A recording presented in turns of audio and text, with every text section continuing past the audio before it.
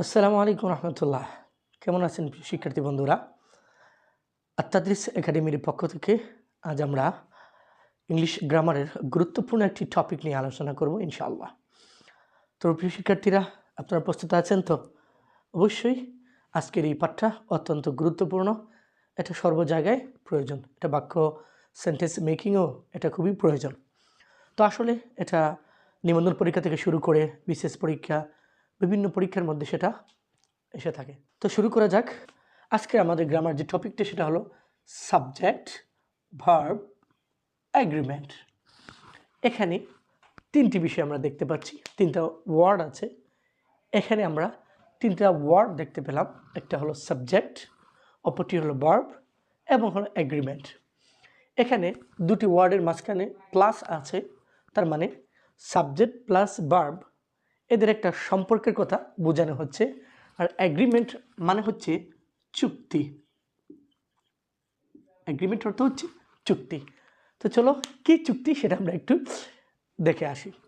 Subject এবং verb, subject যদি singular হয় তাহলে ভার্বটা হবে সিঙ্গুলার, সাবজেক্ট যদি প্লুরাল হয় ভার্বটা হবেও প্লুরাল। এখনো বুঝে আসে নাই? তো চলো আমরা একটা উদাহরণ দেই। আমরা যদি একটা উদাহরণ ফলো করি তাহলে দেখতে পাবো যে হি গোস, সে যায়। অপরদিকে যদি আমরা দেখি দে গো, তারা যায়। তাহলে আমরা এখানে দেখতে পাচ্ছি একই ভার্ব এক জায়গায় এস বা ইএস যুক্ত হয়, অপর জায়গায় কোনো কিছুই যুক্ত হয় না। অর্থাৎ সাবজেক্টটা থার্ড পারসন সিঙ্গুলার নাম্বার হওয়ার কারণে ভার্বের সাথে এস বাই এস যুক্ত হয়।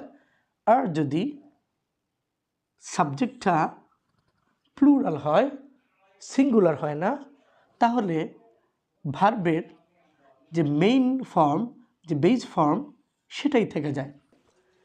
হি, শি, ইট এবং সিঙ্গুলার নাউন যদি হয় তাহলে সেক্ষেত্রে ভার্বের সাথে এস কিংবা ইএস যুক্ত হবে।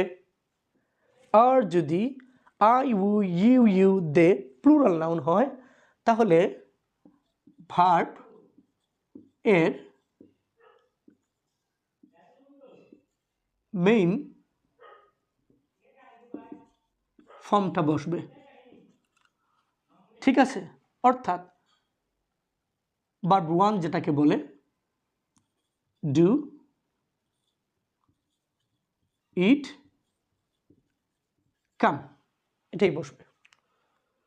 এটাকেই বলা হচ্ছে subject plus verb agreement.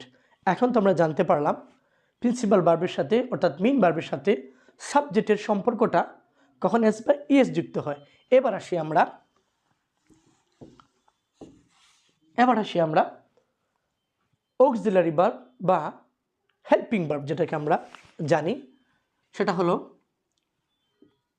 M, is, are, was, war.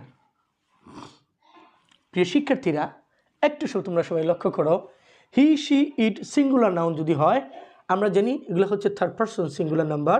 এগুলোর ক্ষেত্রে ইজ কিংবা ওয়াজ ব্যবহৃত হবে, কারণ এগুলো সবই সিঙ্গুলার, এই জন্য ভাবটা সিঙ্গুলার। আর এটাকেই বলে সাবজেক্ট ভার্ব এগ্রিমেন্ট। এবার আসি আমরা এই যে চারটা আমরা দেখতে পাচ্ছি I, you, you, they plural noun, সেক্ষেত্রে অবশ্যই ব্যবহৃত হবে কি? শুধুমাত্র আই এর ক্ষেত্রে ব্যবহৃত হবে প্রেজেন্ট ফর্মে এম এবং পাস্ট ফর্মে ওয়াজ। আর ইউ, দে প্লুরাল নাউনের ক্ষেত্রে প্রেজেন্ট ফর্মে ব্যবহৃত হবে আর এবং ফার্স্ট ফর্মে ব্যবহৃত হবে ওয়ার। প্রিয় শিক্ষার্থীরা, আমরা জানতে পারলাম হি, শি, ইট সিঙ্গুলার নাউন হলে ইজ, ওয়াজ হবে এবং আই, ইউ, দে প্লুরাল নাউনের ক্ষেত্রে আর ওয়ার হবে, শুধু আই এর ক্ষেত্রে এম এবং পাস্ট ফর্মে ওয়াজ হবে। কেবলমাত্র আই এর ক্ষেত্রে এমটা ব্যবহৃত হবে প্রেজেন্ট ফর্মে, এম আরও কারোর সাথে ব্যবহৃত হয় না। এটাকেই বলে প্রিয় শিক্ষার্থীরা সাবজেক্ট প্লাস ভার্ব এগ্রিমেন্ট। অর্থাৎ সাবজেক্ট সিঙ্গুলার হলে ভার্ব সিঙ্গুলার, সাবজেক্ট প্লুরাল হলে ভার্ব প্লুরাল। আর এটাকেই বলে সাবজেক্ট ভার্ব এগ্রিমেন্ট, মানে চুক্তি। আশা করি তোমরা বুঝতে পেরেছ। সবাই ভালো থাকবে। আগামী পর্বে আবার সাবজেক্ট ভার্ব এগ্রিমেন্টের দ্বিতীয় ক্লাস নিয়ে হাজির হব। অবশ্যই তোমরা লাইক, কমেন্ট অ্যান্ড শেয়ার করবে।